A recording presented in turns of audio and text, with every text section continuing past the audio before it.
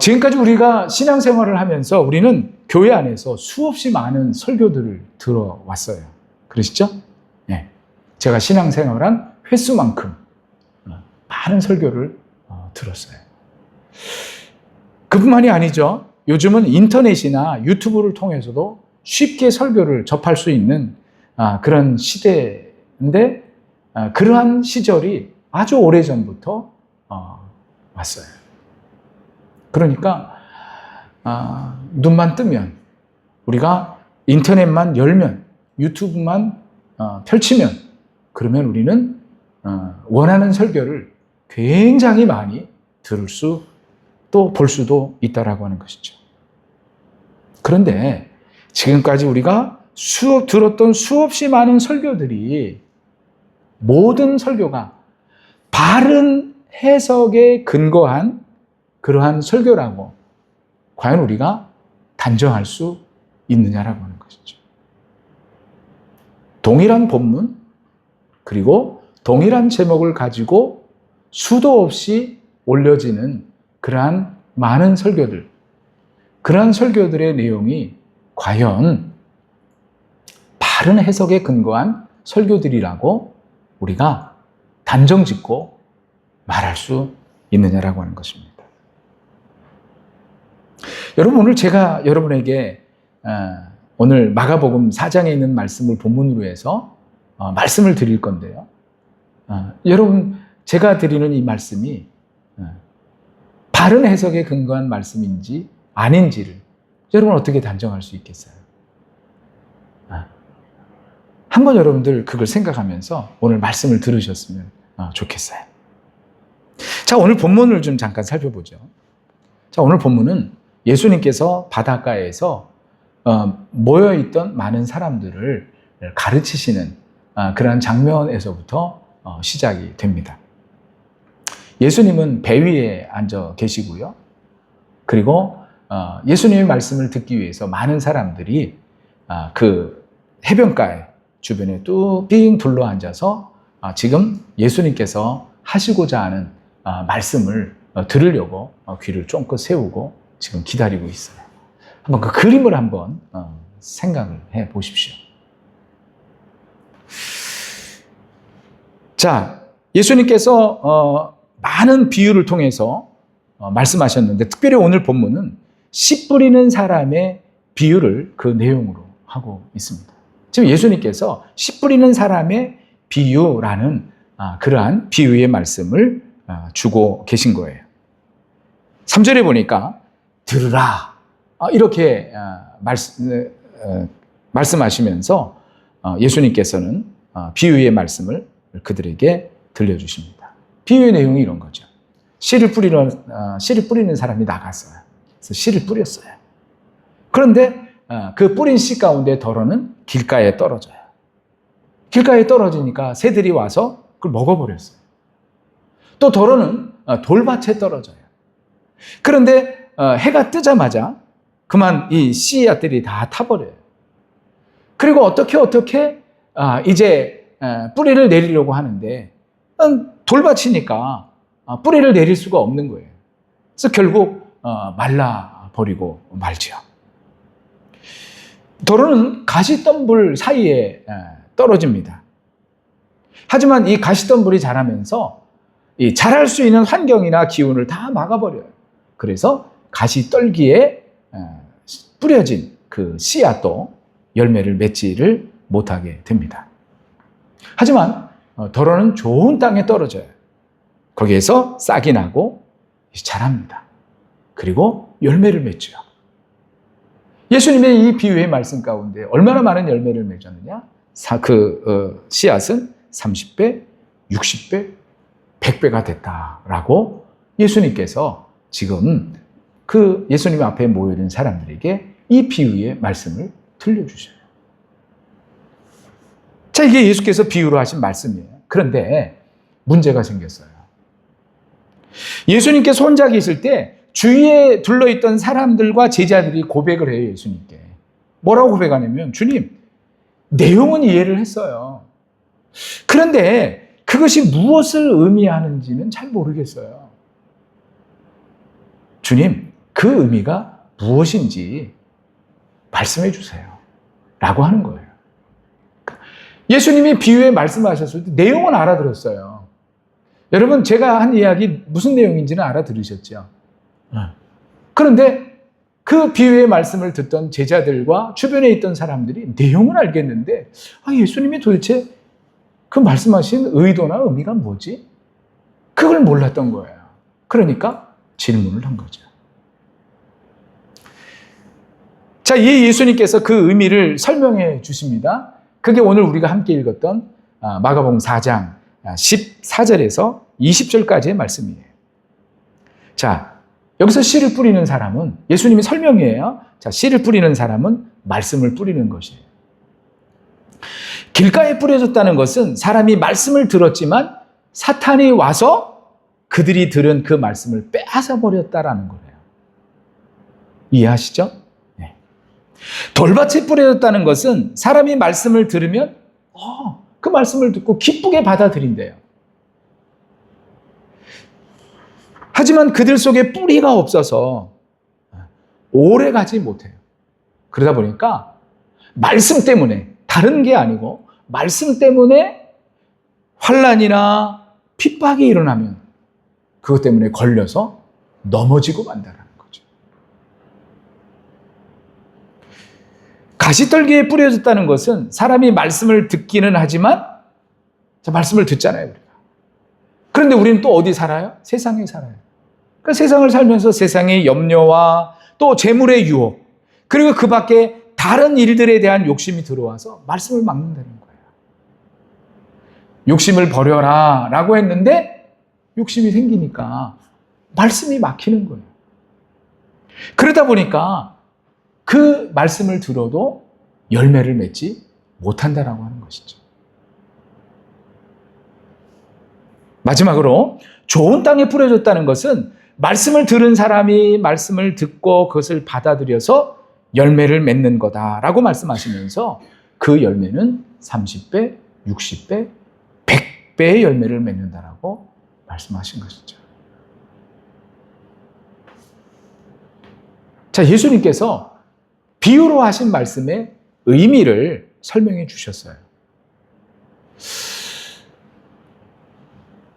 예수님 주변에 모여들었던 사람들이 그 의미를 파악을, 예수님으로부터 말씀을 듣고 의미를 이해했겠죠. 그렇죠. 오늘 저희도 말씀을 듣고 내용이 뭔지, 그 의미가 무엇인지 파악이 됐어요. 그런데 중요한 것은, 그 다음에 중요한 건 뭐겠어요? 의도예요. 해석이에요. 자, 지금부터 2000년 전에 예수님께서 제자들 앞에서 하셨던 이 말씀, 2000년이 지난 후에 말씀으로 기록된 이 사건과 예수님의 말씀이 오늘날 이 말씀을 우리가 어떻게 해석하고 어떻게 이해해야 할 것이냐라고 하는 거예요. 이 본문에 대한 해석은 여러 가지가 있어요. 그런데 대표적인 두 가지 해석이 있어요. 그 첫 번째 해석은 전통적인 해석이에요. 오늘 예수님께서 하신 이 비유의 말씀의 핵심 포인트는 밭이다 라고 보고, 그러면 그 밭은 뭐겠느냐라고 생각을 해보니까, 이 밭은 말씀을 받는 사람들의 마음이거나 혹은 자세, 태도다 라고 그렇게 해석하는 거예요. 자, 밭은 말씀을 받는 사람들의 마음이래요. 마음 자세래요. 태도래요. 그러면 이 말씀을 설교를 통해서 들은 사람들은 어디로 나가야 돼요? 우리 자신의 마음밭을, 마음이 밭이라니까, 밭이 마음이라니까 우리 마음밭을 점검을 해야 되겠죠. 그죠? 점검을 해요. 그럼 내 마음밭은 뭐지? 길가인가? 돌밭인가? 아니면 가시떨기인가? 아니면 좋은 밭인가? 점검하고 앞에 세 가지라면 어떻게 해요? 회개해요. 점검하고 회개해요. 그리고 변화돼야죠. 어떻게 변화돼야 돼요? 좋은 땅으로. 좋은 밭으로. 그래서 열매를 맺어야 되는 거예요. 그래서 전통적인 해석은 당신의 밭은 뭡니까? 당신의 밭은 길가밭입니까? 당신의 마음은 길가밭입니까? 아니면 돌짝밭입니까? 아니면 가시떨기밭입니까? 아니면 좋은 밭입니까? 우리 모두가 다 우리의 마음을 기경해서 좋은 밭이 되어 풍성한 열매를 맺어서 하나님께 영광을 돌려드려야 됩니다. 라고 하는 것이 전통적인 해석 방식이에요.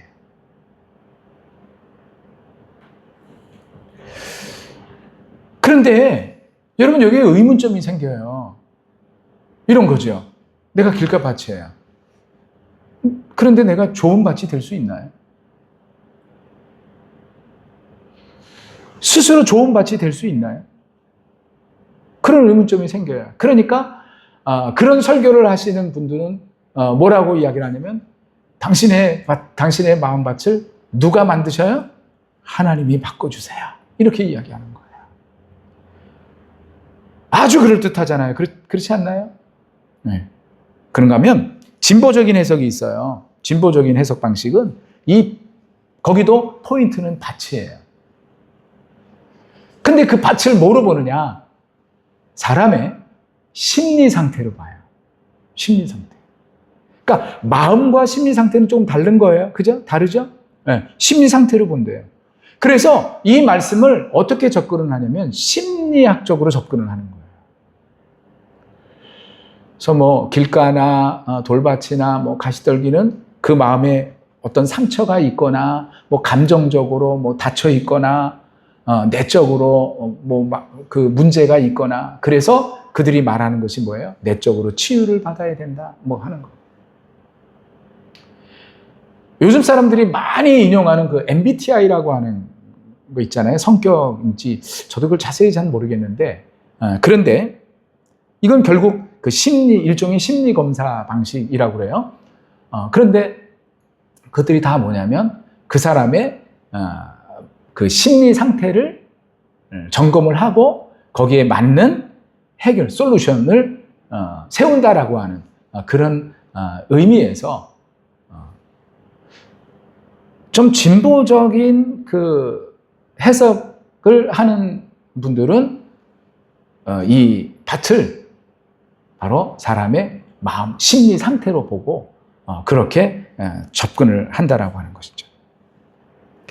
결국 이 두 가지 해석은 길가밭이나 돌밭이나 가시떨기밭 같은 마음이나 심리 상태는 사실 어떤 외부의 자극이나 조언 혹은 내부의 그 어떤 작용을 통해서 변화되거나 고쳐져야 하는 대상으로 보는 거예요. 그렇게 됐을 때 좋은 땅이 되어서 그 좋은 땅이 됐을 때 열매를 기대하고 맺을 수 있게 된다라고 하는 것이죠. 결국 이 해석의 결론은 뭐냐면 우리가 우리의 묵은 밭을 기경해서 좋은 땅이 되게 하자는 결론으로 끝을 맺게 되는 거죠. 사실 우리는 지금까지 이런 해석 방식으로 우리는 이 말씀을 들어왔어요. 또 그런 대로 이해할 만한 해석이고 또 설교 방식이라고 볼 수 있겠죠. 그런데 오늘 저는요 거기서 한 걸음 더 나가서 오늘 본문의 말씀을 좀 더 깊이 들여다보기를 원해요. 자, 그 이유가 뭘까요? 한번 살펴보죠. 자, 지금부터 4년 전에 그 한 방송사에서 아주 인기리에 방송이 됐던 드라마가 한 편이 있었어요. 그 드라마의 제목은 이상한 변호사 우영우라고 하는 그런 드라마였어요. 혹시 아세요? 보신 적 있으시죠? 4년이 벌써 흘렀어요. 저도 굉장히 재미있게 봤는데 그런데 이 변호사 우영우는 자폐아예요. 근데 이 주인공 우영우가 그 드라마상에서 이런 질문을 해요. 자, 여러분, 그가 질문했던 질문을 제가 여러분에게 다시 드릴 거예요. 그 질문의 답이 무엇인지를 한번 생각해 보십시오. 고래 중에서 가장 큰 고래가 있는데 그 고래가 향고래래요. 향고래. 뭐 향유고래라고 부르기도 하는데 여러분 고래 중에 이렇게 머리가 이렇게 사각형 모양으로 된 고래를 혹시 보신 적이 있나요? 그 고래가 향고래래요. 자, 이제 질문이에요. 제가 하는 질문이 아니라 그 드라마에서 했던 질문입니다. 자, 22톤의 향고래가 있어요. 근데 이 22톤의 향고래가 500kg의 새우를 먹었어요. 새우를 먹었어요. 그리고 6시간이 지나고 난 다음에 1.3톤의 알을 낳았대요. 그럼 여기서 질문. 그러면 이때 이 향고래의 몸무게가 얼마였겠느냐라고 하는 거예요. 이 질문이에요. 자, 22톤의 향고래가 500kg의 새우를 먹었어요. 그리고 6시간 만에, 6시간 지나고 난 다음에 1.3톤의 그 알을 낳았대요, 알을. 이때 향고래의 몸무게는 얼마겠습니까? 자, 그죠? 네. 그런데 정답은 뭐냐면 고래는 알을 못 낳아요. 고래는 알을 못 낳아요. 고래는 우리와 같은 포유류예요. 그러니까 알을 낳는 게 아니고 뭘 낳아요? 새끼를 낳는단 말이에요. 그러니까 뭐냐면 무게에만 초점을 맞추면 이 문제는 절대로 풀 수 없는 문제라고 하는 거죠. 무슨 얘기예요? 여기서 말하려고 하는 건 뭐냐면 핵심이 뭐냐라는 것을 알아야 된다는 거예요. 보고 싶은 것만 보는 세상이에요. 지난 설교 시간에 말씀에서 언급된 것처럼 사람들은 저마다의 관점에서 모든 것을 보고 생각하고 판단한다는 거죠. 물론 그런 것들도 때로는 필요해요. 하지만 성경을 대하는 우리의 자세는 달라야 돼요. 우리가 성경을 읽을 때도 내가 보고 싶은 것만 본다면 그것은 성경을 읽는 바른 자세는 아니라고 하는 거죠. 성경을 볼 때에는 어떻게 접근을 해야 되느냐? 내가 보고 싶은 것을 보려고 하는 것이 아니라 뭐예요? 성경이 보여주고자 하는 것을 봐야 된다는 거예요. 말씀이 우리에게 말씀하려고 하는 것이 무엇인지에 초점을 맞춰서 우리가 성경을 들여다봐야 된다는 거예요. 그런데 오늘날 많은 신앙인들이 성경을 대하면서 어떻게 접근을 해요? 내가 보고 싶은 것, 내가 알고 싶은 것, 내가 듣고 싶은 것, 그거를 듣거나 찾거나 보려고 한다는 거죠. 그게 아니에요. 말씀이 우리에게 말씀하려고 하는 것이 무엇인지에 초점을 맞춰요. 그것이 핵심이에요. 자, 그런 관점에서 오늘 말씀을 한번 들여다보죠. 첫째, 자, 이 씨 뿌리는 자의 비유는 어떤 배경을 가지고 있어요. 어떤 배경을 가지고 있냐면 그 이스라엘 팔레스타인 지역의 그 땅은 우리가 생각하는 것과는 많이 다르대요. 여러분, 이 비유의 말씀을 들었을 때 어떤 생각을 하셨어요? 길가가 따로 있고 또 돌밭이 있고 가시떨기 밭이 있고 좋은 밭이 있다라고 생각을 하셨을 거예요. 그런데 사실 이스라엘의 팔레스타인의 이 땅은 밭은 어떻게 되냐면 이 네 가지가 다 섞여 있대요. 그러니까 한 밭 안에 길가밭도 있고 돌밭도 있고 가시떨기밭도 있고 좋은 밭도 있다라고 하는 것이죠.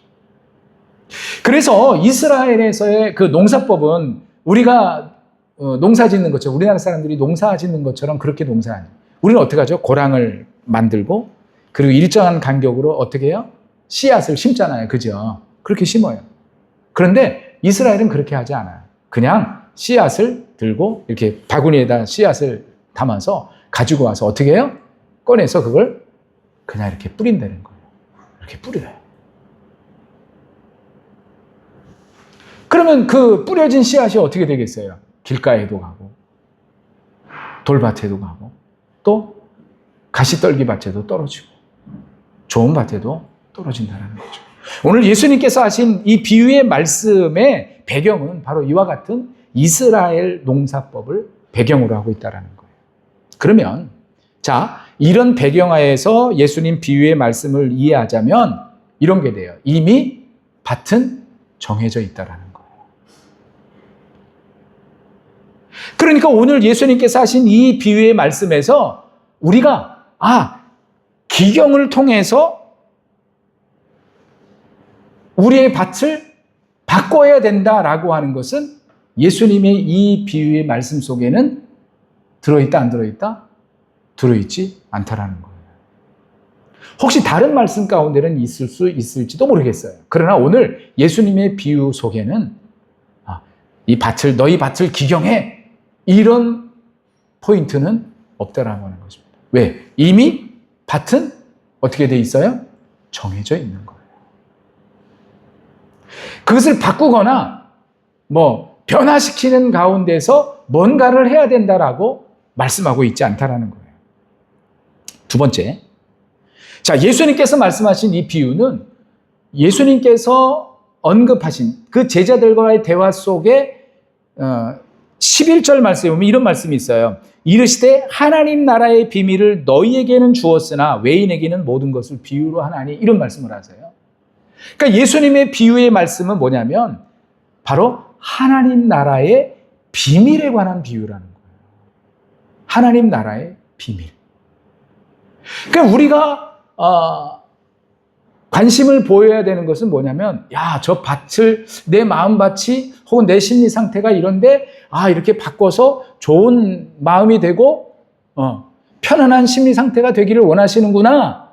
그러면 어떻게 해야 될까? 이거를 이야기하려고 하시는 것이 아니라, 뭐겠어요? 지금 주님께서 말씀하시는 이 비유는 뭐에 관한 거냐면, 하나님 나라의 비밀에 관한 거라는 거예요. 하나님 나라의 비밀에 관한 것을 지금 예수님께서 비유를 통해서 뭐 하시는 거예요? 드러내기를 원하시는 거라는 거죠. 그러면서 여기에서 씨는 뭐냐? 씨는 천국의 말씀을 의미하는 것이고요. 가리키는 것이고, 씨 뿌리는 자는 누구를 가리키는 거예요? 지금 예수님을 가리키는 거예요. 그리고 더 중요한 거, 예수님께서 하신 이 비유에 있어서의 강조점은 밭이 아니다. 뭐다? 씨이다라고 하는 거예요. 우리는 지금까지 이 비유의 말씀을 통해서 어디에 우리의 관심이 모아졌어요? 밭에 관심이 모아졌어요. 그런데 예수님의 이 비유의 말씀은 밭이 아니고 뭐예요? 씨예요, 씨. 근데 그 씨가 뭐라고요? 복음의 말씀이에요, 말씀입니다. 자, 이런 것을 염두에 두고 오늘 말씀을 우리가 생각해 볼 필요가 있어요. 예수님께서 오셨어요. 자, 예수님께서 이 씨를 뿌리셨어요. 그죠? 예수님이 직접 씨를 뿌리셨어요. 뭐 하셨다는 얘기예요? 복음을 전하셨어요. 자, 예수님께서 복음을 전할 때 나타난 반응들이 어땠을까요? 사복음서에 보면 그 반응이 여실히 다 드러나고 있어요. 어떻게 반응이 나타나요? 자, 배척하는 일이 일어났어요. 그렇죠? 예수님 복음 전하는데 아예 뭐예요? 리젝션, 거부하는 거예요. 들으려고 하지도 않아요. 그런가 하면 따라가기는 따라와요. 그러다 어떻게 해요? 배신해요. 따라가다가 배신하는 일이 벌어져요. 세 번째, 따라다녀요. 그리고 따라갈 것인가, 더 따라갈 것인가, 말 것인가를 고민을 해요. 그러다 결국 어떻게 해요? 포기하고 돌아가 버려요.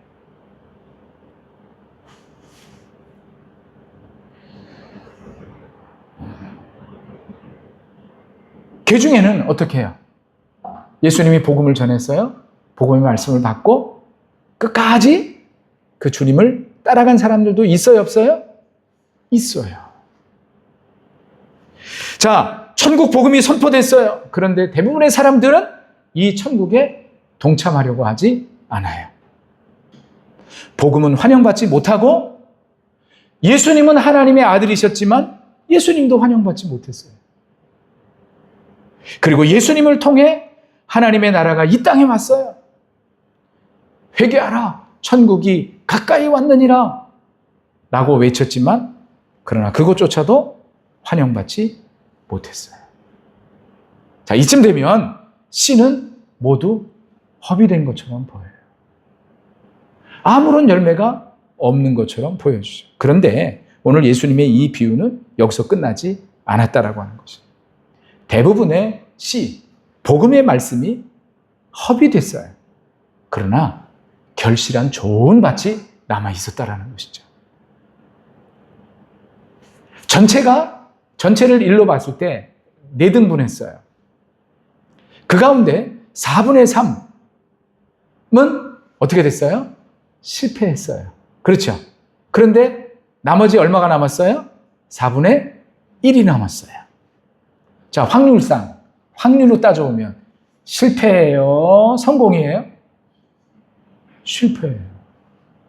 그런데 성경은 실패라고 말하지 않아요. 4분의 3은 실패하고 4분의 1은 성공했어요. 그런데 그 성공한 4분의 1의 결실이 얼마예요? 30배, 60배, 100배였다라고 하는 거죠. 자, 그러면 이게 실패예요? 실패가 아니에요? 실패가 아니에요. 우리가 인간적으로 생각해 볼 땐 이건 분명히 실패인 것 같아요. 왜? 4분의 3을 잃어버렸거든요. 4분의 1만 남았어요.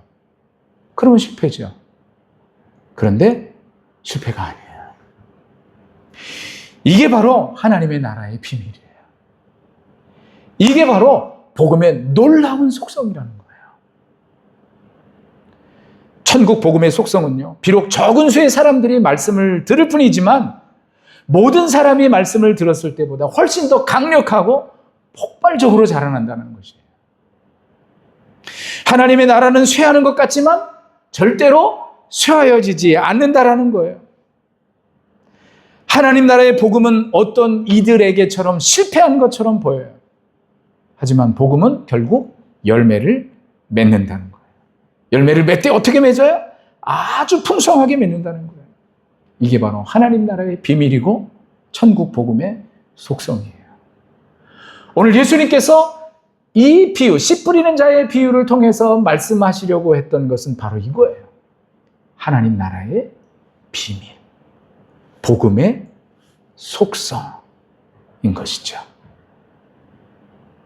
단지 너희의 마음이 이러니까 너희의 마음을 기경해서 하나님 앞에 온전한 사람으로 열매 맺는 사람으로 쓰여라 라고 하는 것이 아니에요.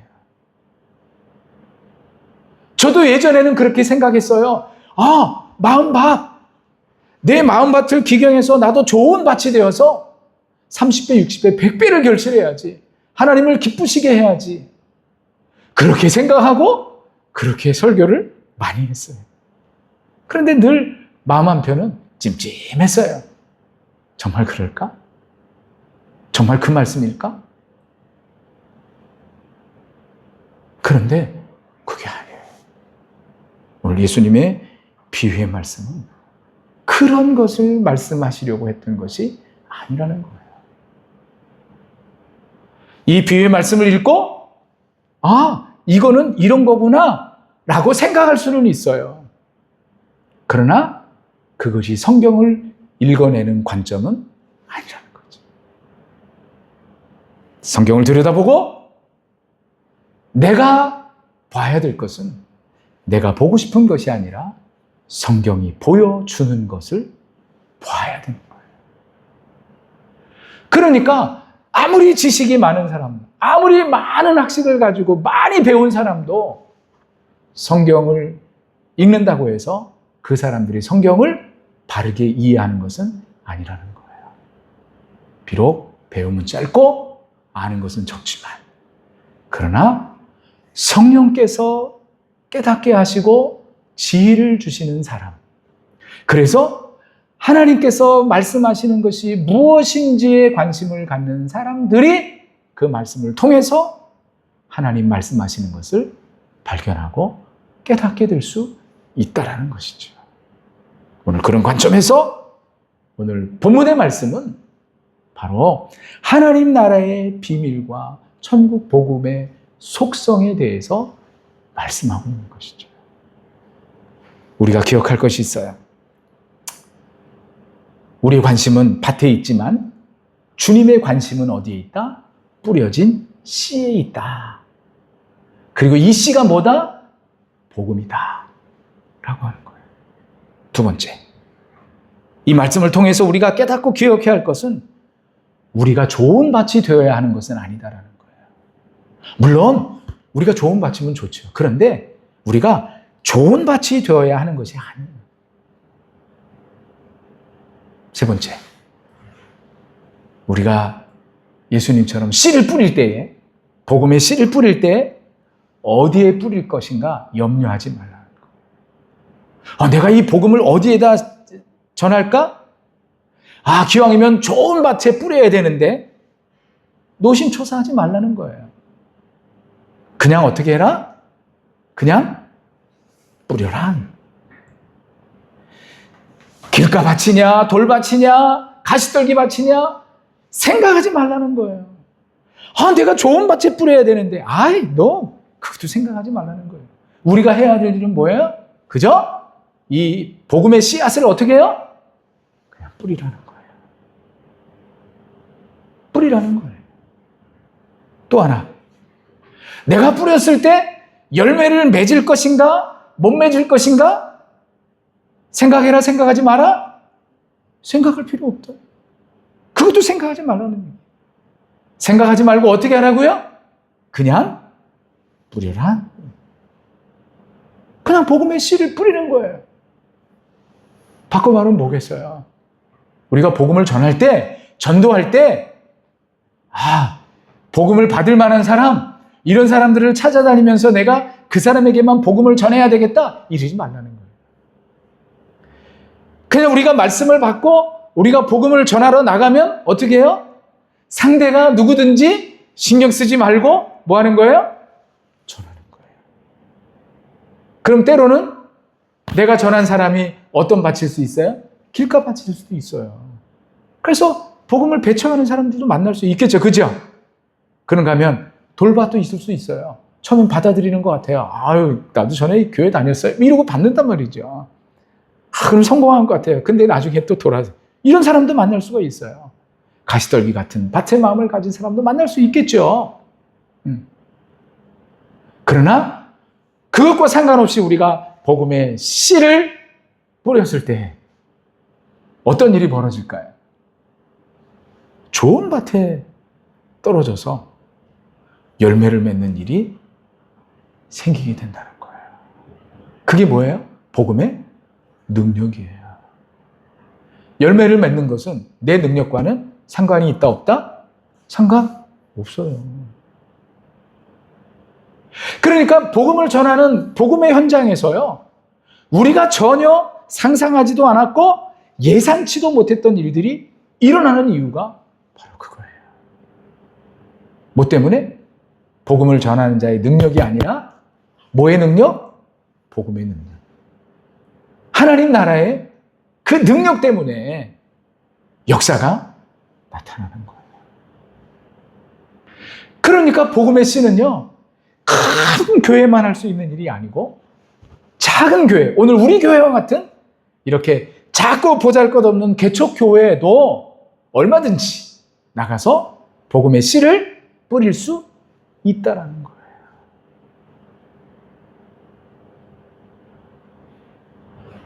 주님이 전하신 천국 복음이, 그리고 그의 제자들이 연이어서 전한 이 하나님 나라의 복음이, 그리고 우리보다 앞서 살았던 많은 신앙의 선진들이 붙잡고 전한 이 복음, 그리고 오늘 이 시대를 살아가는 저와 여러분이 전하는 이 복음은 절대로 실패한다, 실패하지 않는다? 실패하지 않는다. 반드시 뭐한다? 열매를 맺는다. 예수님의 비유의 말씀 가운데 열매를 맺되 어떻게 맺는다? 30배, 60배, 100배로 맺는다. 여러분 믿으십니까? 믿으셔요. 왜 믿어야 될까요? 내게 믿음이 있으니까 믿죠. 아니, 하나님의 말씀이니까 믿어야 되는 거예요.